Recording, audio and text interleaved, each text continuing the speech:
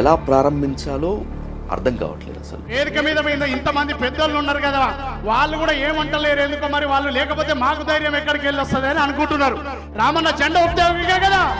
ఆనాడు ఉద్యమంలో విద్యార్థులు ఆత్మహత్యలు చేసుకుంటే వారిలో ధైర్యాన్ని నింపడానికి తన గాత్రంతో ఊపిరినిచ్చిన తమ్ముడు. తెలంగాణ గడ్డ మీద గులాబీ జెండా, మన గులాబీ జెండా, ఎగరేస్తాం కాదు గుర్తు గులాబీ జెండా, మన గులాబీ జెండా.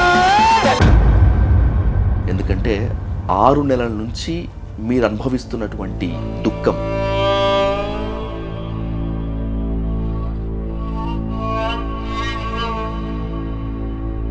సాయి ఫోటో పట్టుకొని మీరు ఆఫీస్లోంచి చాలా దుఃఖభరిత హృదయంతో వచ్చేస్తుంది. అది అనుకోకుండా జరిగిందా, లేకపోతే కావాలనే ఆ విధమైన దుస్థితి కల్పించారా? అంటే నా పట్ల ఈ సంఘటన తర్వాత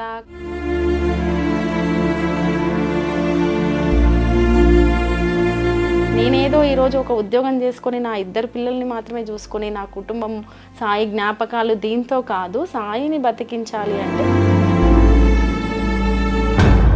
మిమ్మల్ని కాంగ్రెస్ తరపున క్యాండిడేట్గా పెట్టాలి అనేటువంటిది ఇది ఎంతవరకు కరెక్ట్? అంటే మరీ అంత ఆలోచించలేని వ్యక్తినేం కాదు కదా. ఇచ్చినటువంటి అవకాశాన్ని కాదనుకుని తప్పు చేశారేమో నేనంటే. ప్రజా జీవితంలో ఒక బలమైన ఆయుధం దొరికిన తర్వాత ఏం చెయ్యాలి అనేది కూడా ఆయనకు ఒక ఆలోచన ఉంది. సాయి లేనటువంటి ఆ 6 నెలలు అంటే ఇప్పటి వరకు కూడా చాలా విమర్శలు మీరు పడి, ఎస్పెషల్లీ సాయి మరణం తర్వాత మరణాన్ని మార్కెట్ చేసుకున్నారు అని చెప్పి మాట్లాడితే, అప్పనంగా పదవి కొట్టేశారని చెప్పి ఇంకొంతమంది మాట్లాడితే, ఇలా బయటకు చెప్పని చెప్పుకోలేని విమర్శలు ఎన్నో ఉన్నాయి కదా. ధైర్యం ఎక్కడి నుంచి వచ్చింది రజనీ మీకు? నేను బ్రతికి ఉపయోగం లేదనిపించింది. నేను చెయ్యాలనుకున్న ఫైనల్ డెస్టినీ నేను చెయ్యకుండా చనిపోతే నాకు కాదు, సాయికి కాదు, అసలు నా పుట్టుకకు కూడా అర్థం. కానీ సాయి పోయినప్పుడు నేను పడ్డ బాధతో పోలిస్తే అవి నాకు పెద్ద బాధలే. ఎందుకంటే సాయి ఎంత తండ్లాడిండో నాకు తెలుసు. తనతో ఉన్నటువంటి సాన్నిహిత్యం కానీ ఇదంతా కానీ, రాజకీయంలోకి వచ్చేటప్పటికి అప్పటిదాకా చేతులెత్తి మొక్కినటువంటి వాళ్ళు మొత్తం అంతా కూడా చేతులు వేయడానికి సిద్ధంగా ఉంటారు.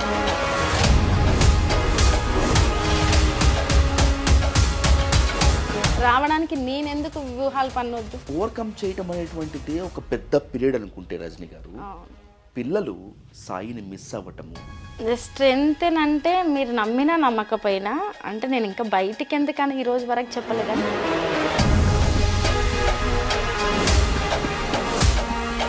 సమాజం మీద నాకున్న దృక్పథాన్ని సాయి చందే కాదు, సాయి చంద్ భార్యకు కూడా అదే ఆలోచన ఉంది. సాయి చంద్ భార్యగా కాక రజనీ సాయి చంద్కున్నటువంటి అర్హత ఏంటి?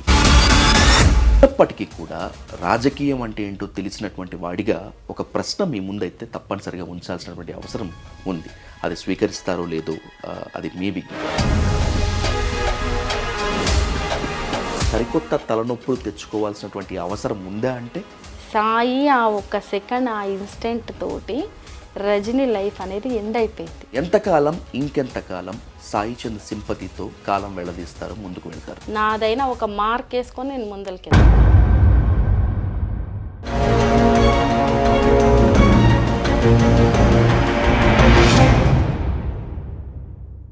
నిరుపేదల కోసం, స్వరాష్ట్ర సాధన కోసం, బంగారు తెలంగాణ కోసం గొంతెత్తి గర్జించిన, గజ్జెకట్టి ఆడినటువంటి ఆ స్వరం మూగబోయింది అనటం కంటే నిర్దయగా కాలం తీసుకువెళ్ళిపోయింది అనటం కరెక్ట్. ఆ విపత్కర పరిస్థితుల్లో ఆమె ఎక్కడ విధికి తలవంచలేదు. అవమానాలను దిగమింగింది, ఎదురిదింది, పోరాడుతోంది. నేటి వరకు కూడా రాజకీయం అవమానిస్తున్నా, వెంటాడుతున్నా, వేధిస్తున్నా కూడా ఎక్కడ తన మడమ తిప్పలేదు, తన మాట వెనక్కు తీసుకోలేదు. సాయి చంద్ మరణం తర్వాత రజనీ సాయి చంద్ రాజకీయంలో దూసుకుపోతూనే ఉన్నారు. కానీ రాజకీయం అంటే వైకుంఠపాళి. ఎప్పుడు ఏ నిచ్చెన ఎక్కుతామో, ఎప్పుడు ఏ సర్పం కాటేస్తే కిందకి పడిపోతామో తెలియనటువంటి విపత్కర పరిస్థితుల్లో ఇప్పటి నుంచి ఆమె కర్తవ్యం ఏంటి? ఓటమిని ఒప్పుకుంటుందా, లేకపోతే ముందుకు దూసుకు వెళ్ళిపోతుందా అనేటువంటిది ఇప్పుడు హాట్ టాపిక్. దివంగత సాయి చంద్ సతీమణి రజనీ సాయి చంద్తో ఈరోజు క్రాస్ ఫైర్ విత్ విజయ్ సాధు. రజనీ గారు నమస్తే. నమస్తే విజయ్ గారు. ఆ, ఎలా ప్రారంభించాలో అర్థం కావట్లేదు అసలు. ఎందుకంటే 6 నెలల నుంచి మీరు అనుభవిస్తున్నటువంటి దుఃఖం, మీరు ఎదుర్కొంటున్నటువంటి అవమానాలు, మీరు పడుతున్న మాటలు, సాయి లేని ఈ ఇల్లు వాక్యాలకు అందదు, అక్షరాలకు పొరపాటున కూడా దొరకదు. కానీ బాధను దిగమింగుకొని ఖచ్చితంగా మాట్లాడి తీరాల్సినటువంటి అత్యవసరం ఇప్పుడు ఉంది కదా రజనీ గారు. అవును. ఈ మధ్య ఒక విజువల్ చూశాను. సాయి ఫోటో పట్టుకొని మీరు ఆఫీస్లోంచి చాలా దుఃఖభరిత హృదయంతో వచ్చేస్తున్నారు. అది అనుకోకుండా జరిగిందా, లేకపోతే కావాలనే ఆ విధమైన దుస్థితి కల్పించారా? లేదండి, అనుకోకుండా జరిగి ఉండొచ్చు. కావాలని అంటే నా పట్ల ఈ సంఘటన తర్వాత కావాలని చేసే వ్యక్తులు ఉండరు అనుకుంటున్నాను నేను. అనుకోకుండా జరిగింది. ఎందుకంటే అక్కడ ఉన్న స్టాఫ్ మొత్తం కింద ప్యూన్ దగ్గర నుంచి ఎండి గారి వరకు ఆ సంస్థతో నాకు తక్కువ అనుబంధం. సాయికి అనుబంధం ఉన్నప్పుడు వ్యక్తుల అనుబంధంగా ఉండడం వేరు. నేను వెళ్ళి పనులు చేస్తూ ఇన్వాల్వ్ అవుతున్న క్రమంలో ఉండేది వేరు. నాకు ఆ సంస్థ గురించి పూర్తి స్థాయిలో ఒక అధికారిక కావచ్చు, లేదు ఒక బాధ్యతగా ఆ స్థానంలో ఉన్న నాకు ఆ సంస్థ గురించి అర్థం కావడానికి ప్రతి ఒక్కరు సహకరించారు. ఇంత తక్కువ టైంలో నాకు అంటే ఆ సిస్టమ్ అర్థమైంది అంటే నాకు అందులో కింది స్థాయి నుంచి పై స్థాయి వరకు ప్రతి ఒక్కరు నాకు సహకరించడం వల్లనే అర్థమైంది. అంటే ఇప్పుడు సాయికి సంబంధించిన ఏదైనా ఒక ఎమోషన్ నాకు లైఫ్లో మనకు ఒక బిగ్గెస్ట్ ఎమోషన్ ఏంది అంటే ఒక్కొక్కరికి ఒక్కొక్కటి ఉంటుంది. నా జీవితంలో నేను ప్రాణంగా ఫీల్ అయిన వ్యక్తి కాబట్టి కొంచెం ఎమోషనల్ అయిన మాట వాస్తవమే. దాన్ని పెద్దగా నేను ఏదో అన్నట్టు ఏం ఫీల్ కావట్లేదు. ఆ టైంకి ఆ ఇన్సిడెంట్ నాకు బాధని కలిగించింది. బాధపడ్డాను, ఆటోమేటిక్గా అది బయటకు వచ్చేసింది అంతే. దాదాపు 3 నెలల పాటు మీరు పదవిలో ఉన్నారు. మీ మార్క్ చూపించేందుకు ప్రయత్నం చేశారు, చూపించారు. రాజకీయంలో మార్పులు చేర్పులు సహజమే రజనీ గారు. కానీ మీ విషయంలో మార్పు ఉండదు అని చాలామంది అనుకున్నారు, మార్పు ఉండకూడదు అని చెప్పి మాలాంటి వాళ్ళని చాలామంది అనుకున్నాం. కానీ పదవిని వదులుకోవాల్సి వచ్చింది. అసలు ఊహించారా ఈ పరిణామాన్ని మీరు? ఫస్ట్ ఆఫ్ ఆల్ ఎలక్షన్కి ముందు నేనేం ఊహించలేదండి. ఎందుకంటే ఈ రిజల్ట్ని ఒక్కొక్కరు ఈసారి ప్రజలు ఇచ్చిన తీర్పు అనేది అంటే ఏరియా వైజ్గా ఒక్కొక్కరి ఊహకు ఒక్కొక్కలాగా తట్టింది. ఊహించని ప్లేస్లలో అటు కావడము అలా డిఫరెంట్గా, అంటే కొంతమందికి ముందే అనిపించినప్పటికీ అది పూర్తి స్థాయిలో ప్రభుత్వం మారే అంత ఉంటుంది అనేది మాత్రం అందరూ ఎక్స్పెక్ట్ చేయండి. నాకు తెలిసి బీఆర్ఎస్ శ్రేణులు కూడా అంటే పూర్తి స్థాయిలో పై స్థాయిలో ఉన్న బీఆర్ఎస్ అధినాయకులు కూడా ఎక్స్పెక్ట్ చేసి ఉండకపోయి ఉండొచ్చు. అట్లా నేను కూడా ఏం పెద్దగా మార్పులు అంటే ఒక 10 సంవత్సరాల కాలం పాటు చేసిన తర్వాత వ్యతిరేకత ఉండడం అనేది వాస్తవం, అది ఎక్కడైనా సరే. కాకపోతే అది ఈ స్థాయిలో మారుతుంది అని మాత్రం నేను అనుకోలేదు. అయితే నా పదవి విషయానికి వస్తే సరే, నిజంగానే చాలామంది కూడా నాతో కూడా మీది మాత్రం తీసేయాలనుకుంటున్నాము, లేకపోతే తీసేయకుంటే బాగుండు అని ఎక్స్ప్రెస్ చేసిన వాళ్ళు చాలామంది ఉన్నారు. కానీ నేనేమనుకుంటున్నాను అంటే, నేను ఆ సందర్భాన్ని ఎలా ఆలోచిస్తున్నానంటే, నేను ఇంటి నుంచి బయటికి వచ్చిందే రాజకీయంగా సాయి పడిన శ్రమ, తను చేయాలనుకున్న విజన్ నాకు నిరంతరం చెప్తూ ఉంటాడు. నేను చూస్తూ ఉన్నాను, పక్క నుండి నాదైన సహకారం అందిస్తూ ఉన్నాను. కాబట్టి దాన్ని నేను నిలబెట్టాలి, బతికించాలి. నేనేదో ఈరోజు ఒక ఉద్యోగం చేసుకొని నా 2 పిల్లల్ని మాత్రమే చూసుకొని నా కుటుంబం సాయి జ్ఞాపకాలు దీంతో కాదు, సాయిని బతికించాలి అంటే సాయి అనుకున్న ఆ విజన్ని బతికియాలి ఫస్ట్. అది బతికియాలంటే అది నిరంతరం ఉండి చూసిన నా వల్లనే, నేను మొండి ధైర్యం తెచ్చుకోవాల వల్లనే సాధ్యమైద్దని అడుగు బయటకేసాను. సరే, దానికి అది ఒక మెట్టు, ఆ బాధ్యత అనేది ఒక మెట్టు అంతే, ఒక చిన్న సహకారం. పూర్తిగా బావిలో పడిపోయిన వాళ్ళకు ఒక చిన్న తాడో ఏదో అందిస్తే వచ్చే సహకారం లాంటిది. కాబట్టి తీస్తారు అని భిన్న వాదనలు ఉన్నప్పటికీ నాకు తెలుసు కదండి రాజకీయాల్లో ఎలా ఉంటుంది, ప్రభుత్వాలు మారితే. అంటే మరీ అంత ఆలోచించలేని వ్యక్తినేం కాదు కదా. వాళ్ళకు ఉండే పాలసీలు కావచ్చు, వాళ్ళు తీసుకునే నిర్ణయాలు కావచ్చు, మానవతా దృక్పథంతో ఆలోచిస్తారు. అట్లా ఉండదు కదా రాజకీయాల్లో. కాబట్టి నేను ఊహించాను, ఊహించలేదు అనేది ఏం లేదు, ఊహించాను. ప్రభుత్వం మారితే ఇది పోతుంది అనేది మాత్రం ఊహించాను.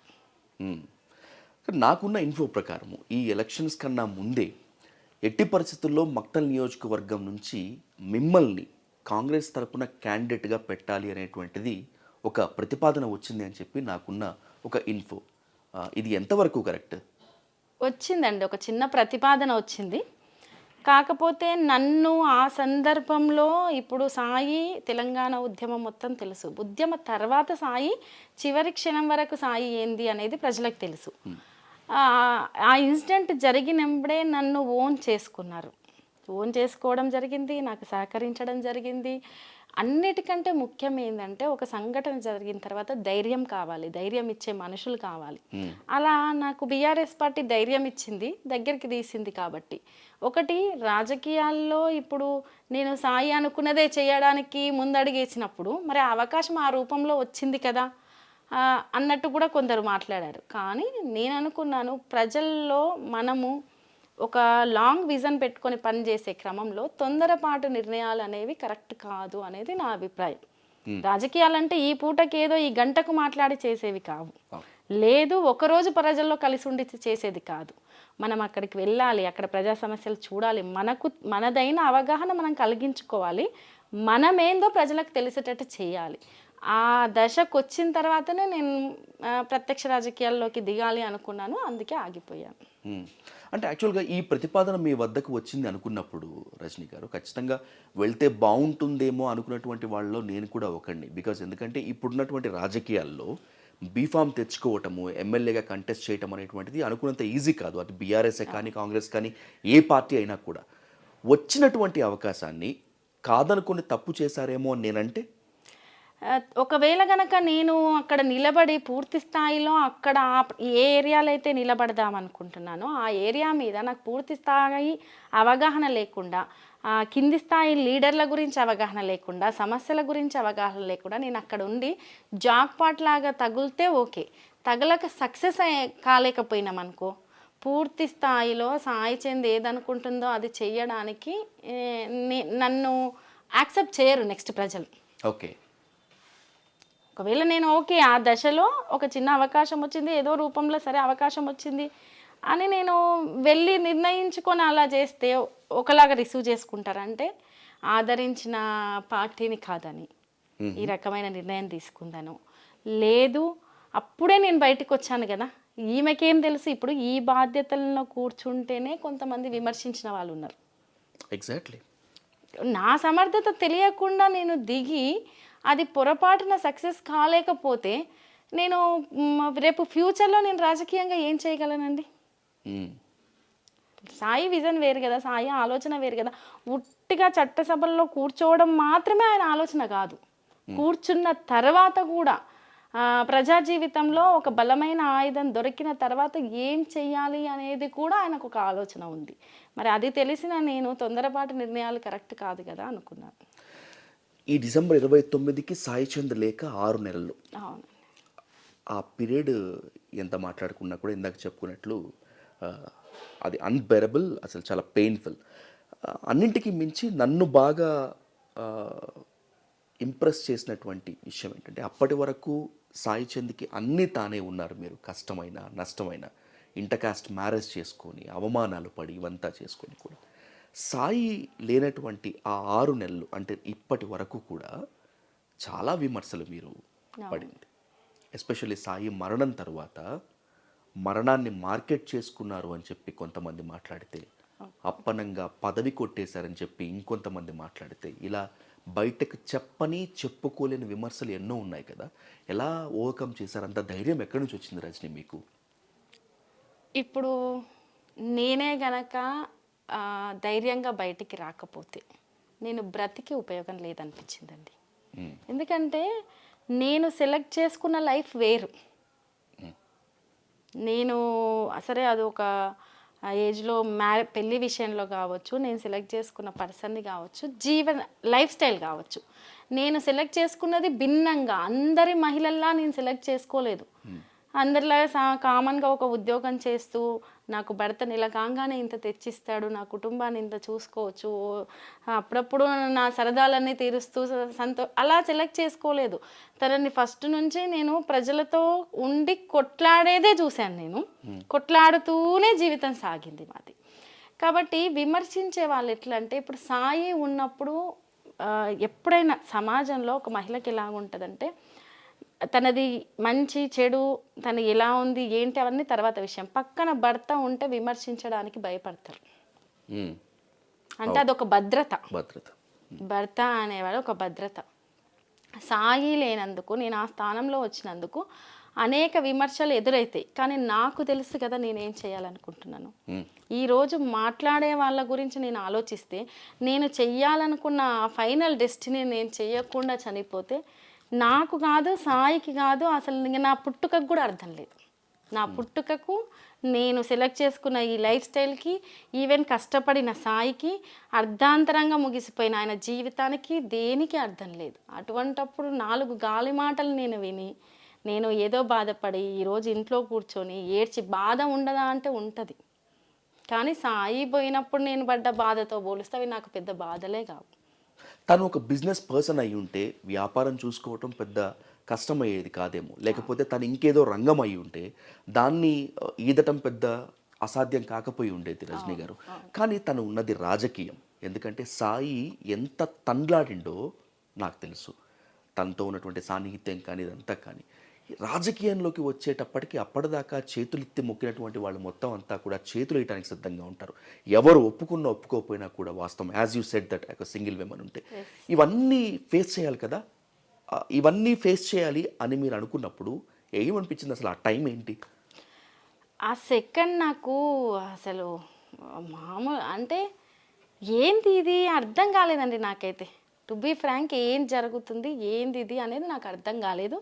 ఇప్పటి వరకు కూడా నా బ్రెయిన్లో డే 1 నుంచి సాయితో ఉన్న ప్రతి మెమరీ నాకు ఉంది. కానీ ఆ రోజు జరిగింది మాత్రం నా బ్రెయిన్లో ఇప్పటి వరకు కూర్చోలేదు. అంటే సాయి ఉండు, ఎక్కడో ఒక దగ్గర ఉండు, ఏదైతే అదయింది. ఇది అనుకున్నాడు కదా సాయి, ఏది అనుకుంటే అది చేయడానికి నేను పక్కనే ఉండి, ఏం కాదు సాయి చెయ్యొచ్చు, ఇది తలుచుకుంటే పెద్ద అదేం కాదు అని నేను ఎంకరేజ్ చేశాను కదా, మాట రూపంలోనో ఏదో రూపంలో. ఈరోజు సాయి కూడా నాకు ఆ రకంగా అంటే భౌతికంగా లేకున్నా ఏదో ఒక రూపంలో నాకు సహకరిస్తాడు అనిపించింది. రెండవది, ఎందుకు నిరసించిపోవాలి, ఎందుకు మొండిగా అడిగేయొద్దు. రాజకీయ రంగం వీళ్ళకే సాధ్యం, వాళ్ళకే సాధ్యం, వీళ్ళకే సాధ్యం అని దానికి ఒక మార్క్ ఉండొచ్చు. ఆ మార్కును చెడగొట్టే ఒక దశ కూడా ఉంటుంది కదా, ఒక వ్యక్తి కూడా ఉంటారు కదా. ఎందుకు అలా అడుగులేయొద్దు? అట్లంటే బిఫోర్ కూడా చాలా ఇబ్బందులు పడి రాజకీయాల్లో అచీవ్ అయిన వాళ్ళు కూడా చాలామంది ఉన్నారు కదా. అటువంటి పరిస్థితి రావడానికి నేనెందుకు వ్యూహాలు పన్నొద్దు, నేనెందుకు రాజకీయం చేయొద్దు, నేనెందుకు అడుగులేయొద్దు? తెలుసుకుందాం, సబ్జెక్ట్ తెలుసుకుందాం, పబ్లిక్కి వెళ్దాము, సర్వీస్ చేద్దాము, కష్టపడదాము. ఫైనాన్షియల్గా ఇబ్బంది అయితే నన్ను నేను నిలదొక్కుంది, ఏది వీలైతే అది చేద్దాం, ఎంతవరకు అయితే అంతవరకు చేద్దాం. చివరి ప్రాణం ఉన్న చివరి క్షణం వరకు నేను కొట్లాడదలుచుకున్నా. అది డిసైడ్ అయ్యే నేను బయటికి పెట్టాను. కాబట్టి వెనకడుగు వేసే ప్రసక్తే లేదు. అన్నిటినీ ఎదుర్కొంటా. ఖచ్చితంగా నాదైనా ఒక మార్క్ వేసుకొని నేను ముందరికి వెళ్తాను. ఇప్పుడు మనం ఇక్కడ కూర్చొని మాట్లాడుతున్న ఈ ఇంట్లో సాయి ఇక్కడ కూర్చొని ఉంటాడు, అక్కడ కూర్చొని ఉంటాడు, అక్కడ మాట్లాడుకొని ఉంటారు, అక్కడ కూడా కూర్చొని. మీరు ఓవర్కమ్ చేయటం అనేటువంటిదే ఒక పెద్ద పీరియడ్ అనుకుంటే రజనీ గారు, పిల్లలు సాయిని మిస్ అవ్వటము, డాడీని కోల్పోవటం అనేటువంటిది ఇంకా అది దుఃఖ పరిణామము. వాళ్ళు ఎలా స్ట్రెంగ్తెన్ చేయగలిగారు వాళ్ళని? స్ట్రెంగ్త్ అంటే మీరు నమ్మినా నమ్మకపోయినా, అంటే నేను ఇంకా బయటికి ఎందుకని ఈరోజు వరకు చెప్పలే, కానీ పాపకు ప్రతి 10 డేస్కి ఒకసారి ఫీవర్ వస్తుందండి. అంటే ఏదో హెల్త్ సిక్ అయ్యి అదని కాదు, తను ఇంటర్నల్గా నాన్న రావట్లేడనో ఏదో మొత్తానికి కొంచెం డిస్టర్బ్ అయిపోయి బాబుకు నిరంతరం అంటే ఏదో ఒక సందర్భంలో, ఇక ఫాదర్ అంటే ఫాదర్ బాండింగ్ ఎట్లుంటుందో అందరికీ తెలిసిందే. అందులోనూ సాయి పిల్లల్ని చాలా బాగా చూసుకుంటాడు. మా పిల్లల్ని అని కాదు, కొంచెం చిన్న పిల్లలతో ఎక్కువ కలిసిపోయే మనస్తత్వం, మా పిల్లల్ని ఇంకా బాగా చూసుకునే మనస్తత్వం. చాలా ఇబ్బంది అవుతుంది, చాలా ఇబ్బంది పడుతున్నాం, కానీ సెట్ చేయాలి వాళ్ళకి. ఒక సింగిల్ పేరెంట్గా ఉన్న వ్యక్తులకు తెలుస్తుంది ఆ బాధ ఏంటో. అది ఇంకా మనం మాట్లాడుకున్నంత సులభం కాదు, కానీ నేను ప్రాక్టికల్గా వాళ్ళతో ఎక్కువ వీలైనంత స్పెండ్ చేస్తున్నాను. వీలైనంత సాయికి సంబంధించిన ఏదైనా విషయాలు ఎత్తనివ్వకుండా ఆడుతూ ఉంటూ అలా డైవర్ట్ చేస్తూ ఉన్నాను. చేద్దాం నిదానంగా, అంటే లైఫ్ టైం మొత్తం పడుతుంది ఇది. ఎప్పుడో ఒకప్పుడు తలుచుకుంటూ ఉంటారు, నేను కవర్ చేస్తూ ఉండాలి. నేనున్నా అన్న ధైర్యాన్ని పెద్దగైనాక కూడా నింపుతూ ఉండాలి. అదొక ఛాలెంజ్. విద్యార్థి ఉద్యమాల్లోనో లేకపోతే తెలంగాణ ఉద్యమంలోనో మేము మా సోపతి ఫ్రెండ్స్ అందరూ కూడా సాయితో కలుసుకున్నప్పుడు, సాయి మాతో కలుసుకున్నప్పుడు ఆఫ్ ద రికార్డ్ కొన్ని నిజాలు మాట్లాడుకునేవాళ్ళం రజనీ గారు. అంటే రాజకీయంలో కులం ఏ విధంగా పాత్ర పోషిస్తుంది, కులాన్ని బట్టి అవకాశాలు ఇవంతా కూడా ఆఫ్ ద రికార్డ్. తనే పార్టీ ఏదైనా అయి ఉండొచ్చు, మేము ఆ పార్టీతో ఉండొచ్చు, డిఫర్ అవ్వచ్చు, ఈ నిజాలు కొన్ని మాట్లాడుకునేవాళ్ళం. మా దగ్గర కన్నా కూడా ఒక సహచరిగా, భాగస్వామిగా మీ దగ్గర ఇంకా ఓపెన్గా ఉండేవాడు కదా సాయి. ఎలా ఉండేది తన బాధ? తను ఎందుకంటే తను ఎప్పుడో ఉన్నత స్థానానికి ఎదగాల్సినటువంటి వ్యక్తి, తనని చూసిన, తనతో పాటు ఆడి పాడిన, కలిసిన మా అందరికీ కూడా ఏంటంటే ఎప్పుడో రావాల్సింది మనిషి చాలా లేట్గా ఉన్నత స్థితికి వచ్చాడు అని చెప్పి ఎట్లా షేర్ చేసుకునేవారు మీ ఇద్దరు ఫీలింగ్స్ అంతా కూడా? చాలా అండి. అంటే నేను కూడా బిఫోర్ సాయితో పరిచయం కంటే ముందు నేను ఫేస్ చేసింది వేరు, సొసైటీ నుంచి. సొసైటీ అంటే మళ్ళీ సొసైటీలో ఎవరి నుంచి అంటే వ్యక్తుల నుంచి. అంతే, మనం సొసైటీని నిందించడం ఉంటుంది, కానీ ఆ సొసైటీలో ఉండేది వ్యక్తులే కాబట్టి కొంతమంది వ్యక్తుల అంటే వ్యక్తుల సమూహం కాబట్టి. సో సాయితో పరిచయం తర్వాత సాయి క్యాస్ట్ తెలిసి కావచ్చు, ఆర్థిక స్థితిగతులు తెలిసి కావచ్చు, మా లైఫ్ స్టైల్లో మేము ప్రారంభించింది 0 నుంచి కావచ్చు, ఈ రోజు వరకు కూడా ఇద్దరం కలిసి ఎదుర్కొన్నవి ఉన్నాయి, రాజకీయంగా తను ఎదుర్కొన్నవి ఉన్నాయి, ఈవెన్ నేను ఇప్పుడు ఎదుర్కొంటున్నవి కూడా ఉన్నాయండి. అవి ఉంటాయి.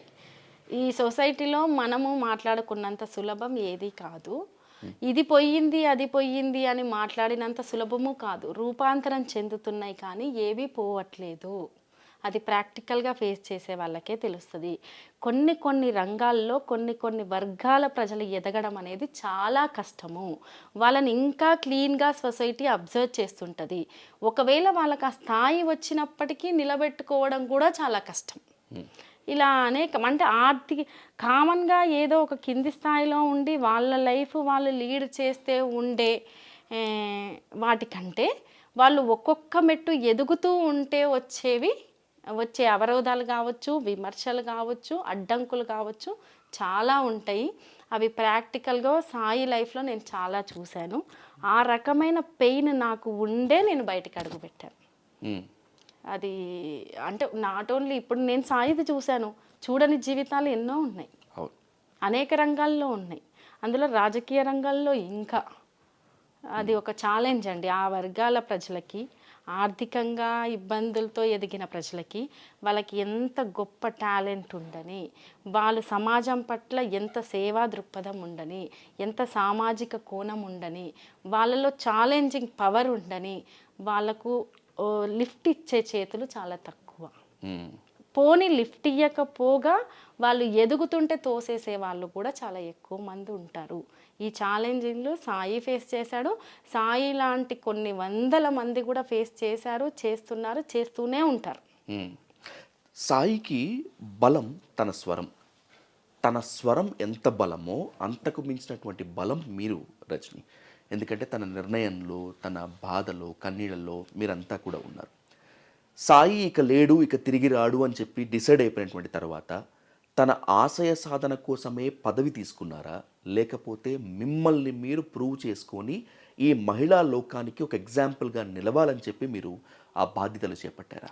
రెండు ఉన్నాయండి దాంట్లో. ఒకటి సాయి ఆశయ సాధన అనేది కూడా.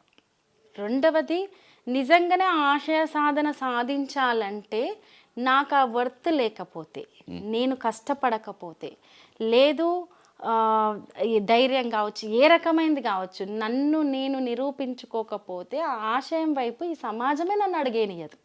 ఎగ్జాక్ట్లీ. ఆ ఛాలెంజింగ్ నేను ఏదో ఈ పూటకు నాకు కలిగిన బాధకో, లేకపోతే సాయి నాతో షేర్ చేసుకున్న దానికో, లేకపోతే అయ్యో లైఫ్లో సాయి ఉంటే ఒక 30 సంవత్సరాల కాలం సాయి ఉంటే సాయి పరిస్థితి అది, సాయి ఇంతమందికి ఈ రకంగా చేసేవాడు, లేదు చట్టసభల్లో తనదైన గొంతు ఈ రకంగా వినిపించేవాడు, లేడు సమాజంలో తను అంత సులభంగా రాలేదు కదా, కాబట్టి చాలామందికి చేయూతన ఇచ్చేవాడు.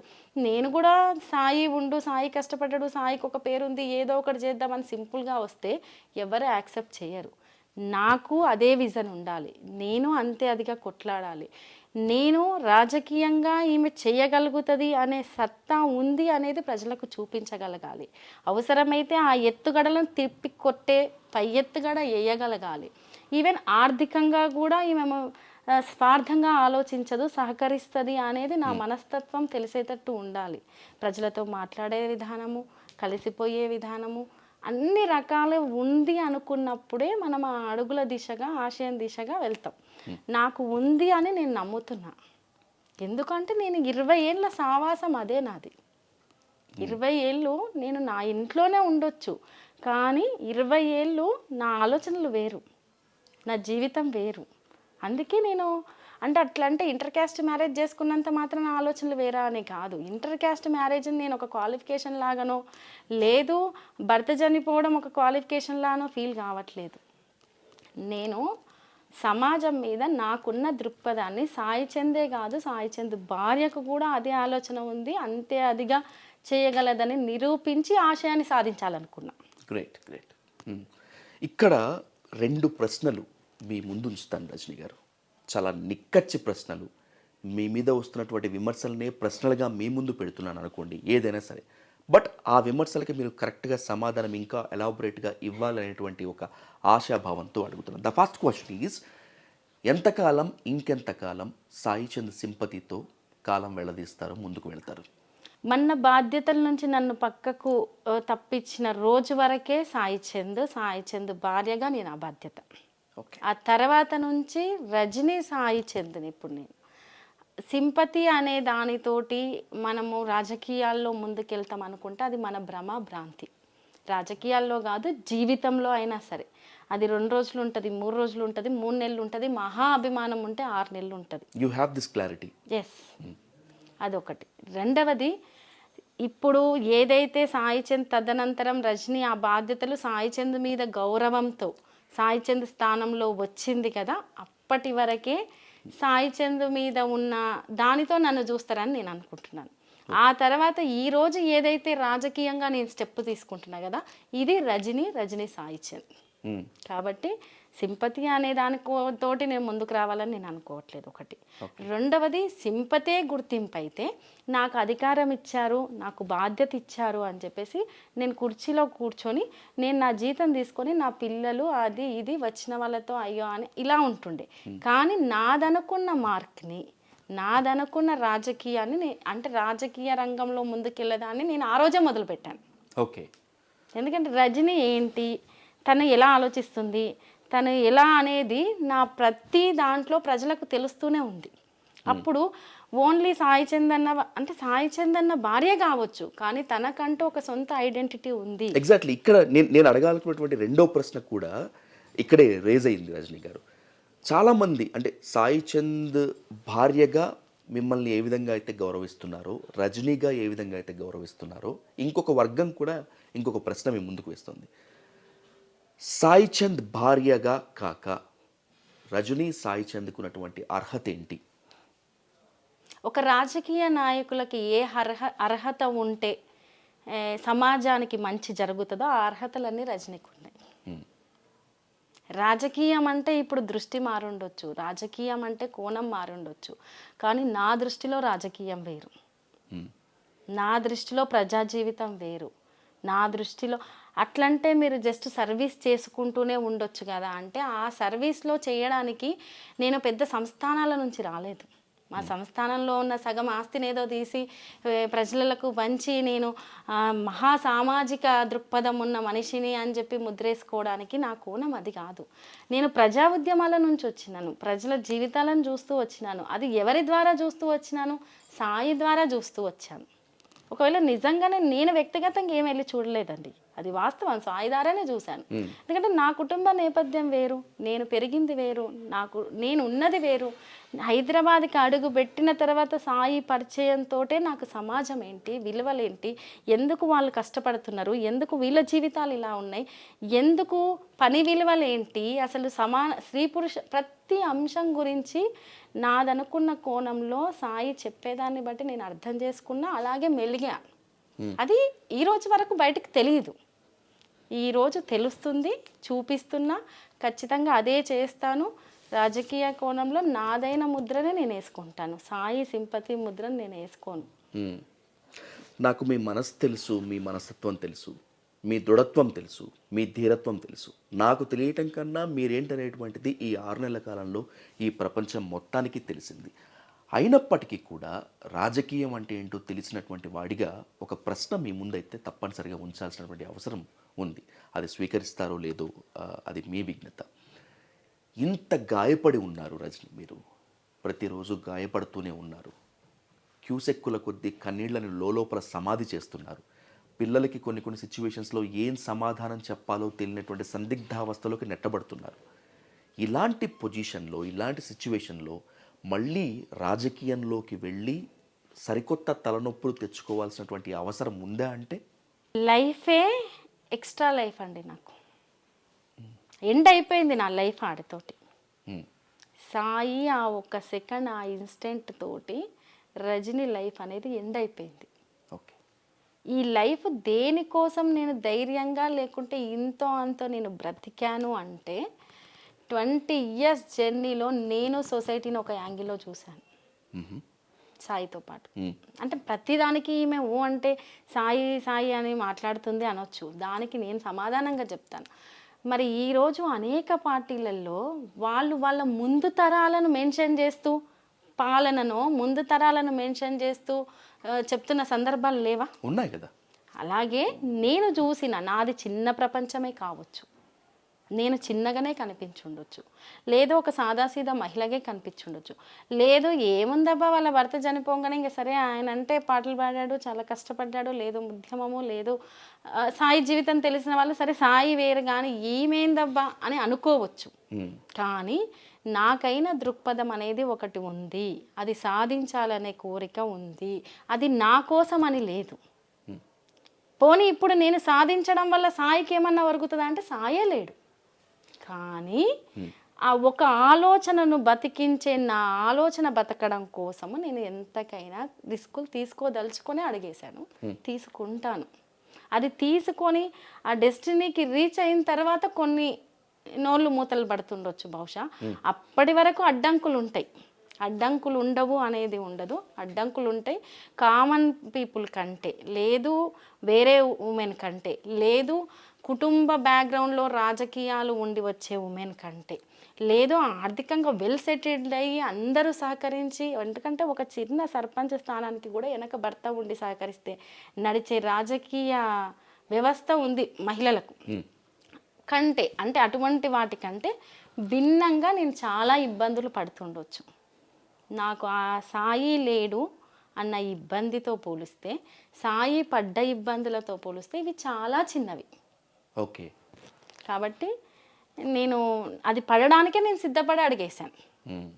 స్వతహాగా ఏదో అనుకుంటే అంటే రజనీ మనస్తత్వం అది కాదు. రజనీ మనస్తత్వం అదైతే రజనీ జీవితం ఇంకోలా ఉండేది. రజనీ మనస్తత్వం అదైతే సాయి పరిచయం కాక ముందు రజనీ జీవితం ఎలా ఉండేదో అలాగే ఉండేది రజనీ జీవితము. రజనీ మనస్తత్వం అది అయి ఉంటే సాయి తదనంతరం కూడా ఎంతో కొంత అంటే ఒక సేఫ్ జోన్లోనే ఉండేది రజనీ జీవితం. కానీ రజనీ మనస్తత్వం అది కాదు. నా ఆలోచనలు వేరు, నా దృక్పథం వేరు, సాయి పడ్డ శ్రమ వేరు. అట్లంటే చిన్న కూలీకా నుంచి ఎవరు శ్రమ పడరా అంటే పడతారు. ఎవరి జీవితాలకు వాళ్ళకు భయంకరమైన శ్రమ ఉంటుంది. కానీ ఆ శ్రమలో నుంచి పుట్టుకొచ్చే ఆలోచన, ఆ కష్టంలో నుంచి పుట్టుకొచ్చే ధైర్యము, పడిపోయినప్పుడు లేచి కొట్లాడనే తత్వము అందరికీ ఉండదు. నాకుంది, నేను కొట్లాడాలని ఫీల్ అవుతుంది. I know that you are a warrior. You will never and ever turn back Rajini garu, no doubt. నాకు తెలుసు మీరు ఎట్టి పరిస్థితుల్లో రాజీ పడేందుకు సిద్ధంగా లేరు అని. కానీ ఆ పోరాటం రాజకీయంగా ఉంటుందా లేకపోతే ఏ విధంగా ఉంటుంది? రాజకీయంగానే ఉంటుందండి. మా జీవితమే రాజకీయాలతోటి ముడిపడింది. సాయిని చాలామంది సాదా సీదా కళాకారుడుగానే చూస్తుండొచ్చు, కానీ సాయి ఒక కళాకారుడు మాత్రమే కాదు. ఒకవేళ సాయి, నేను చెప్తున్నాను కదా, ఆ కుటుంబాల్లో లేకుంటే సాయి స్థానం వేరు. ఎగ్జాక్ట్లీ. ఆ వెనకబడిన పాలమూరు జిల్లాల్లో అట్టడుగు వర్గాల్లో పుట్టి ఉండకపోయి ఉంటే ఈరోజు సాయి స్థానం వేరు. నాకు అది తెలుసు, ప్రత్యక్షంగా నేను అనుభవించిన. కాబట్టి రాజకీయాల్లోనే అంటే సాయి గోల్ని నేను ముందుకు తీసుకెళ్తున్నా అంటే, గోల్ అంటే చట్టసభలో కూర్చోవడంతో గోల్ అయిపోలేదు. చట్టసభ అనేది ఒక అడుగు మాత్రమే. ఆ తర్వాత ఉన్న విజన్ వేరుంది, ఆ తర్వాత ఉండే ఆలోచనలు వేరున్నాయి, పబ్లిక్కి చేసేది వేరుంటుంది. ఇప్పుడు ఇట్లా మాట్లాడితే చాలామందికి అనిపించవచ్చు మేము చూడని రాజకీయాలు. ఇవన్నీ మాటలు మేము ఇవన్నీ చాలా మాట్లాడినాము, విన్నాము, చూసాము, వచ్చాము. మాట్లాడడం వేరు, వినడం వేరు, ప్రాక్టికల్గా అనుభవించడం వేరు, గాయం నుంచి రావడం వేరు. ఎగ్జాక్ట్లీ. నొప్పి తగిలినప్పుడే మనమే ఆ నొప్పిలో నుంచి పుట్టే ఒక కవికి కూడా నొప్పి కలగాలి అంటారు కదా, కడిగినప్పుడే ఆ కవిత్వం విలువ అనేది ఇంకా బలంగా ఉంటుంది అంటారు కదా. అది నా జీవితం. Let's come to the point very straightly. తక్కువ కాలం మాత్రమే మీరు బీఆర్ఎస్లో ఉంటారు, అతి త్వరలో కాంగ్రెస్లోకి వెళ్ళిపోతారు. ఇది ఒక స్పెక్యులేషన్ నడుస్తుంది, నిజమేనా? లేదండి, అంటే ఇందులో ఉంటారా అందులో ఉంటారా అనేది వర్గాలు చర్చిస్తుండొచ్చు. నాకు ఇప్పటి వరకు ఆదరణ దొరికిన పార్టీ వైపే నేనున్నాను. ఇటువంటి సందర్భంలో ఒక మహిళ ఏం రాజకీయంగా నేను నిలదొక్కుకోవడానికి నాకు ఎవరు అడుగులు వేయిస్తారు అనేది దానికోసమైతే చూస్తుంటాం కదా. నాకు అడుగులు వేయించింది, ఒక బాధ్యతనైతే ఇచ్చింది. అదే దిశగా నన్ను ఇంకా అడుగులు వేయిస్తుందని నేను ఆశిస్తున్నాను. కాబట్టి ఇప్పటి వరకైతే మరి పార్టీలు మారడమో లేకపోతే అందులో ఉంటారా ఇందులో ఉంటారా అనే చర్చలు బహిరంగంగా బయట జరుగుతుండొచ్చు, కానీ వ్యక్తిగతంగా కావచ్చు, ఇంట్లో కావచ్చు, అటువంటిది లేదు. బిఫోర్ ఎలక్షనే మిమ్మల్ని కాంగ్రెస్లోకి తీసుకువెళ్ళి మీకు ఒక సముచిత స్థానం కల్పించాలనేటువంటి ప్రయత్నం జరిగింది, ప్రతిపాదన మీ ముందుకు వచ్చింది, వద్దనుకున్నారు. రాజకీయం మారిపోయింది, ఇప్పుడు కొత్త ప్రభుత్వం వచ్చింది. ఉద్యమకారులని గుండెల్లో పెట్టుకుంటాము, స్వరాష్ట్ర సాధన కోసం ప్రాణాలు అర్పించినట్ట కొట్లాడినటువంటి వాళ్ళందరినీ కూడా ఉన్నత స్థానంలో పెడతామని చెప్పి కాంగ్రెస్ చెప్తోంది. ఈ పొజిషన్లో కొత్త ప్రభుత్వం నుంచి కనుక ప్రతిపాదన వస్తే తీసుకుంటారా? ఇప్పుడు నేనేమంటానంటే, ఉద్యమకారులకి ఏ ప్రభుత్వం అయినా సరే పూర్తి స్థాయిలో సహకారం అందించాలి. ఓకే, అది నేను అంటే ఒక తెలంగాణ బిడ్డగా కోరుకునేది. రెండవది, వాళ్ళు ఏదన్నా సహకారం అందిస్తారు, మరి సహకారం అందిస్తారా, వెళ్తారా అంటే ఇటువంటివి రాజకీయాల్లో ఊహాగానాలు అనేవి అనేకం ఉంటాయి. నేను ప్రాక్టికల్గా ఆలోచించి అడుగులేసే మనిషిని. ప్రాక్టికల్గా ఆ సందర్భాలు వచ్చినప్పుడే వాటి గురించి ఆలోచిస్తాను. ప్రాక్టికల్గా ఆ సందర్భం రానప్పుడు నేను అటువంటి వాటి గురించి అంటే నిజంగానే మనము జీవితంలో ఈరోజు ఒక బాధ్యత తీసుకున్నాక రేపు అట్లయితే ఎట్లా, ఇట్లయితే ఎట్లా, ఇదైతే ఎట్లా అని 100 రకాలుగా నేను ఆలోచించుకుని ఉంటే వేరేలాగుంటుండే. రాజీనామా చేసినటువంటి 54 మంది కార్పొరేషన్ల చైర్మన్లలో ఏ వైపుకు రానటువంటి ప్రశ్న, ఎవరిని సమాధానం కోసం వేచి చూడనటువంటి ఆ క్షణం మీ ముందు ఉంది రజనీ గారు. బికాజ్ ఎందుకంటే మీరు ఒక మార్క్ చూపించారు. సాయి చంద్ మరణం తర్వాత కావచ్చు, ఆ అనుకోని పరిస్థితుల్లో పదవి చేపట్టడం కావచ్చు, ఇప్పుడు బయటికి రావడం కావచ్చు, నిప్పు లేనిదే పొగరాదు అన్న పొజిషన్లో ఏమో ప్రతిపాదన వస్తే అంటే ఇప్పటివరకైతే రాలేదు కదండి. ఎటువంటి ప్రతిపాదన అయితే నా దృష్టికి రాలేదు. ఇప్పుడు అంటే ప్రభుత్వం ఏర్పడిన తర్వాత ఎటువంటి ప్రతిపాదన రాలేదు. ఒకవేళ వచ్చింది అని ఎవరైనా అనుకుంటే అది మాత్రం రూమరే. రెండవది, నేను పర్టికులర్గా ఒక డెడ్ లైన్ అనుకోండి, ఒక విజన్ అనుకోండి, ఏదైనా పెట్టుకొని అదే లైన్లో నేను కష్టపడుతూ ముందుకెళ్ళాలని డిసైడ్ అయిన దాన్ని. రాజకీయాల్లో మనకు ఆయుధం చాలా అవసరం. ఒక ఆయుధం అంటే చాలా బలంగా కొట్లాడతాం. కాబట్టి ఆ దిశగా అడుగులు వేసే క్రమంలో నేను ఇప్పటికైతే ఈ పార్టీని నమ్మి పనిచేస్తున్నాను. ఓకే, బీఆర్ఎస్ పార్టీని ఎందుకు నమ్మి పనిచేస్తున్నానంటే నన్ను దగ్గర తీసింది. ఇప్పుడు సాయి తదనంతరం సరే ఏవేని పరిణామాలు ఉండొచ్చు, సాయి ఉన్నప్పుడు ఎన్ని పరిణామాలు జరిగి ఉండొచ్చు, ఏవేని ఉండొచ్చు, మరి సాయి శ్రమ మొత్తం వాళ్ళకి ఆ పార్టీకి కూడా ఉన్న సందర్భాలు కూడా ఉన్నాయి అని మాట్లాడుకున్న వాళ్ళు కూడా ఉండొచ్చు. కానీ తదనంతరం కూడా నన్ను అంతే స్థాయిలో ఎంతో కొంత ఆదరించి ఉన్నారు కాబట్టి నేను ఇప్పటికైతే ఇందులో ఉన్నాను. నన్ను బాధ్యతలు తీసేశారు, నేను ఇక్కడ ఉన్నాను, రాజకీయ వ్యవస్థలనే ఉంటాను, ఖచ్చితంగా కొట్లాడతాను, నాది అనుకున్న మార్క్ వేసుకుంటాను. ఇప్పటి వరకు నన్ను సంప్రదించిన వాళ్ళైతే ఎవరు లేరు. ఇది నేను క్లారిటీ ఇవ్వగలను. కొట్టాలి, ఎలాగైనా కొట్టాలి, కొడితే అలా ఇలా కొట్టకూడదు, చాలా గట్టిగా కొట్టాలి అనేటువంటి ఆ గర్జన, ఆ తిరుగుబాటే మొదటి నుంచి మీ వాక్యంలో నాకు ధ్వనిస్తుంది రజనీ గారు. రాజకీయంగా కొట్టాలని చెప్పి సిద్ధమైనరు, నో డౌట్, దాన్ని నేను వెనక్కి తీసుకోమని చెప్పలేను, ముందుకు వెళ్ళమని చెప్పడం తప్పితే రాజకీయం కాకుండా రాజకీయంలో కొట్లాడాలంటే ఆర్థికంగా తప్పనిసరి కదా. మరి దానికోసం విజన్ ఏర్పరచుకున్నారా?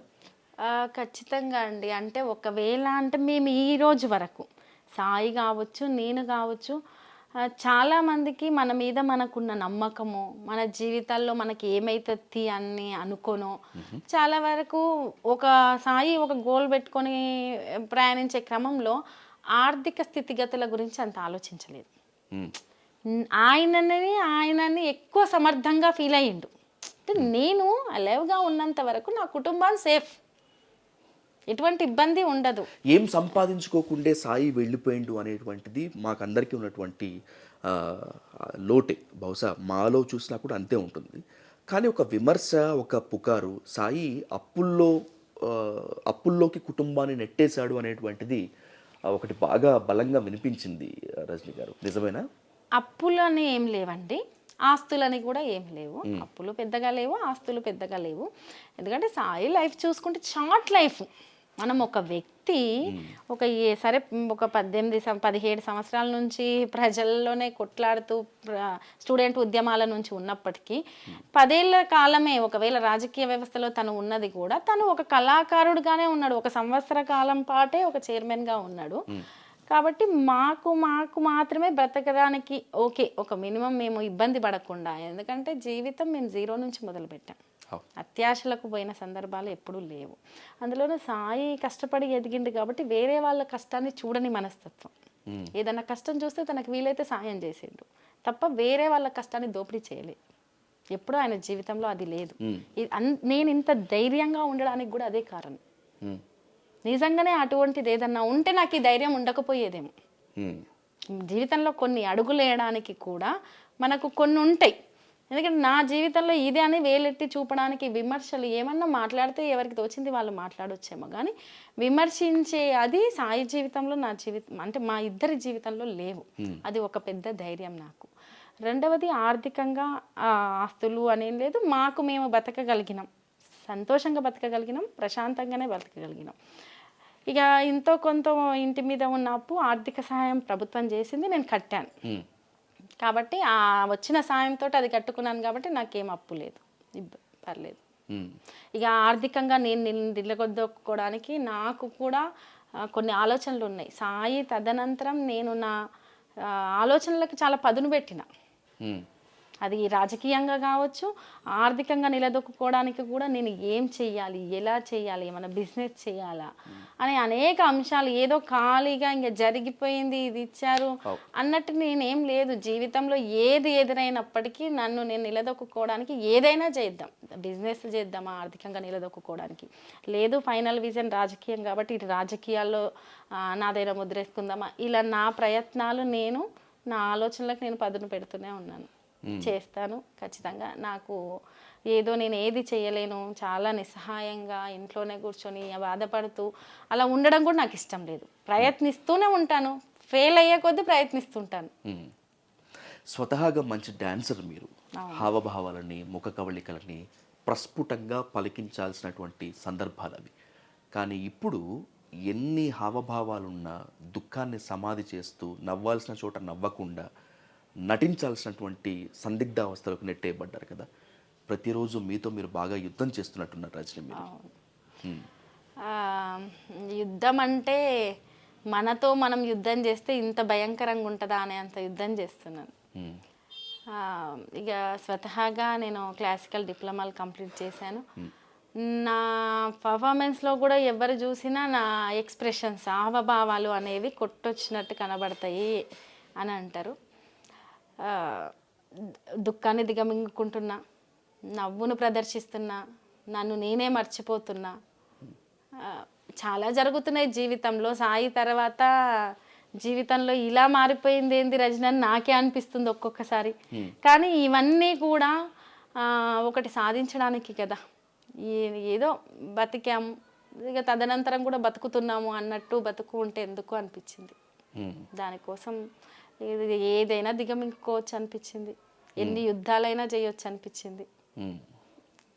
హావభావాలది ఏముంది, నా అలవాటే కదా పర్ఫార్మెన్స్లో అప్పుడప్పుడు దుఃఖాన్ని కూడా, లేని దుఃఖాన్ని స్టేజ్ మీద నటించడం అలవాటు, ఉన్న దుఃఖాన్ని దాచిపెట్టుకోవడం అలవాటు చేసుకుంటున్నాను అంతే. జీవితం అనే రంగస్థలంలో ఇంకా ఎక్కువ నరకం కనిపిస్తుంది. ఈ జీవితం అనే రంగస్థలంలో అంటే నటించలేను కానీ భయంకరంగా జీవిస్తున్నా. నిజమే, జీవితం అంటే ఒక పోరాటం రజని గారు.